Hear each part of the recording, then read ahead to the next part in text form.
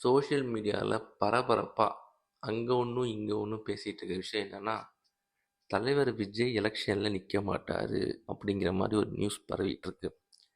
என்ன காரணங்கள் சொல்றாங்க அப்படின்னா, இது மாரி முன்னாடியும் அரசியல் நடந்திருக்கும் போல. இப்ப எப்படி நாம் தமிழர் சீமான் அவர்கள், அவர் வந்து போட்டியிடாம அவரோட தம்பிகள போட்டியிட வைக்கிறாரோ, அதே மாரி இது ஒரு டாக்டிக்ஸ் தான். இந்த டாக்டிக்ஸ விஜயும் பயன்படுத்த வாய்ப்பு இருக்கு. தனது தொண்டர்கள 234 தொகுதி எவ்வளோ தொகுதி கிடைக்குதோ அவ்வளோ தொகுதி நிற்க வச்சு ஆழம் பார்க்கறது. ஆழம் பார்த்து ஜெயிச்சுட்டாங்க, ஆட்சி அதிகாரம் கிட்டத்தட்ட வந்துடுச்சு அப்படின்னா, அந்த எம்எல்ஏவை ரிசைன் பண்ண சொல்லிட்டு விஜய் சிஎம் ஆகிட்டு எம்எல்ஏ ரிசைன் பண்ண சொல்லிட்டு அந்த தொகுதியில் விஜய் போட்டி எடுத்து மறுபடியும் 6 மாதம் ஜெயிச்சிட்டாருன்னா அந்த சிஎம் பதவி ரீட்டைன் ஆகிடும். இந்த டாக்டிக்ஸ் தான் விஜய் பயன்படுத்த போகிறாரோங்கிற மாதிரி செய்திகள் உலாவிக் கொண்டு இருக்கிறது. இது மாதிரி நடக்கிறதுக்கும் வாய்ப்பு இருக்குது. ஏன் அப்படி சொல்கிறேன்னா, இது முதல் தேர்தல். முதல் தேர்தலில் இப்போ கமல்ஹாசன் அவர்கள் முதல் தேர்தலில் போட்டிட்டு அவர் தோத்துட்டாரு. கமல்ஹாசன் அவர்கள் தோத்துட்டாரு. அவர் கட்சியும் பெரிய அளவுக்கு முன்னேறல, அப்படி போயிடுச்சு. ஸோ இது மாதிரி நம்ம போயிட்டு இறங்குறதுக்கு பதிலாக நம்ம வந்து விஜய் இறக்காம தொண்டர்களை இறக்கி விஜயை பிரச்சாரம் பண்ண வச்சு நம்ம ஓட்டு சதவீதம் எவ்வளோங்கிறத நம்ம கணிப்போம்.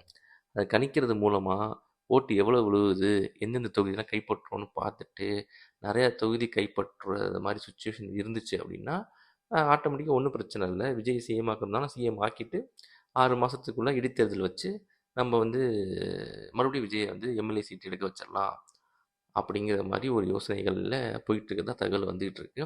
இது வந்து ரொம்ப சேஃப்டியான ஒரு விஷயம். விஜய் டைரெக்டாக போட்டிட்டு அந்த அந்த தொகுதியில் வந்து ஜெயிக்கலை அப்படின்னா அவமானமாக போயிடும் விஜய்க்கு. அப்போ வந்து அது இன்னும் சிக்கலை உண்டாக்கும். அதுக்கு பதிலாக விஜய் நிற்காமலே இருந்துட்டாருன்னா, விஜய் நின்னா கண்டிப்பாக ஜெயிச்சிருப்பார். விஜய் நின்னா மாசு, விஜய் வந்தால் கொலை மாசு அப்படின்ட்டு விஜய் நிற்காமல் இருந்தாருன்னா எப்படின்னா நம்ம பின்னாடி கம்பு சுற்றிக்கலாம், எப்படின்னா நம்ம டைலாக் பேசி அடிச்சு விட்டுக்கலாம். இப்போ விஜய் நின்று தோத்துட்டாருன்னா அது பெரிய அசிங்கமாக போயிடும். ஸோ விஜயை நிற்கவே விடாமல் பின்னாடியிலேருந்து விஜய் பிரச்சாரம் மட்டும் பண்ண வச்சு அவரோட தொண்டர்கள் ரசிகர்களை சீட்டு கொடுத்து நிற்க வச்சு அவங்களுக்கு வந்து எப்படி வெற்றி வாய்ப்பு இருக்குன்னு ஆழத்தை பார்த்து சப்போஸ் டிவிக்கு ஃபுல்லாக மண்ணை கவிடுச்சுன்னா விஜய் இறங்கியிருந்தாருன்னா பொழந்திருப்பார், கிழிச்சிருப்பார் அப்படின்னு பின்னாடி பிட்டுகளை தூவி இது மாதிரி வந்து ஈடுகட்டலாம் அப்படின்னு ஒரு விதமான டாக் போயிட்டு இருக்கு. சப்போஸ் ஜெயிச்சிட்டாருன்னா என்ன சொல்கிறது, விஜய் வந்து பார்த்தீங்களா விஜய் நிற்காமலே எப்படி ஜெயிச்சிட்டாங்க பார்த்தீங்களா அப்படின்னு சொல்லிக்கலாம். அப்புறம் வந்து அவங்கள ரிசைன் பண்ண வச்சு விஜய் மறுபடியும் இடைத்தேர்தல் வச்சு அதில் வந்து விஜய் எம்எல்ஏ கேண்டிடேட்டாக நின்று அந்த தொகுதி ஜெயிச்சு. ஏன்னா அங்கே தொண்டர் நின்று ஜெயிச்சிட்டானா விஜய் நின்று கண்டிப்பாக ஓட்டு போட்டுருவாங்க. ஸோ அதனால் அப்படி விஜய் வந்து எம்எல்ஏ ஆயிடலாம், அப்புறம் முதல்வர் ஆயிடலாம். இது ஈஸியாக இருக்குல்ல. இதுக்கு பதிலாக நம்ம ஏற்கனவே எங்கேயாவது நின்று நீங்கள் தோத்துட்டீங்கன்னா அதுக்கப்புறம் உங்களுக்கு அசிங்கமாக போயிடும். அதனால் நீங்கள் நிற்காமல் இருக்கிறது நல்லது. நிற்காமல் இருந்து நம்ம ஆழம் பார்ப்போம். ஜெயிச்சா இப்படி எடுத்துப்போம், தோத்துட்டா விஜய் வந்து என்ன சொல்கிறது, விஜய் வந்து எலெக்ஷன் நிற்கலை அதனால தான் அப்படி ஆகிடுச்சு. எல்லாம் நின்று இருந்தாருன்னா கண்டிப்பாக விஜய் ஒரு மாற்றத்தை உண்டாக்கியிருப்பார், இல்லை விஜய் வந்து தொகுதியாக ஜெயிச்சிருப்பார் அப்படின்ட்டு வந்து நம்ம அப்படி பேசிக்கலாம் அப்படின்ட்டு ஒரு டாக் போயிட்டு. ஏன்னா இந்த ட்ரெண்டு தான் வந்து நாம் தமிழ் கட்சி சீமான் அவர்கள் பண்ணிகிட்டு இருக்காரு. அவர் எந்த தொகுதியிலும் நிற்கிறது இல்லை. நிற்காமல் நான் ஒருங்கிணைப்பாளர், நான் வந்து என் தம்பியில் நிற்க வைக்கிறேன் அப்படின்னு சொல்றதுக்கான உருட்டு என்னன்னா, அவர் நின்று தோத்துவார். அவர் நின்று தோத்தாருன்னா அவர் அசிங்கம். அதனால் அவர் அவரோட தம்பிகளை நிற்க வச்சு அவங்க தோத்துக்கிட்டு இருக்காங்க. இவர் வந்து பின்னாடி நின்று ஏங்கிட்டு இருக்காரு.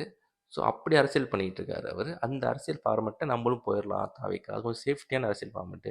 நின்று தோற்றுனா அசிங்கமாக போயிடும். ஸோ அதனால் நம்ம இப்படி சேஃப்டியாக போயிடலாம் அப்படின்னு தாவேக்கா வந்து முடிவெடுத்துட்டு இருக்க மாதிரியும் உள்ள வந்து மேலே வந்து இது சம்மந்தமாக பேசிக்கிட்டு இருக்க மாதிரியும், அதனால தான் அதுக்கான அடித்தளத்தை போட்டுக்கிட்டு இருக்காங்க. ஒவ்வொரு வீட்லேயும் விஜய் இருக்கேன், ஒவ்வொரு வேட்பாளரையும் விஜய்னு நினச்சிக்கோங்க அப்படின்னு சொல்கிறதுக்கான காரணம் என்னென்னா, கடைசியில் எல்லா வேட்பாளரும் விஜய் தான், அதனால் நான் நிற்கணும்னு அவசியம் இல்லை, 234 தொகுதியில் இருக்க வேட்பாளரும் விஜய் தான் அப்படி நினச்சி ஓட்டு போடுங்க அப்படின்னு சொல்லி நான் இருக்கேன் கூட, நீங்கள் ஏன் கவலைப்படுறீங்கன்ட்டு சொல்லி விஜய் வந்து 234 தொகுதியிலையும் கேண்டிடேட் போட்டு நிற்க வச்சு விஜய் பின்னாடி நிற்பார்.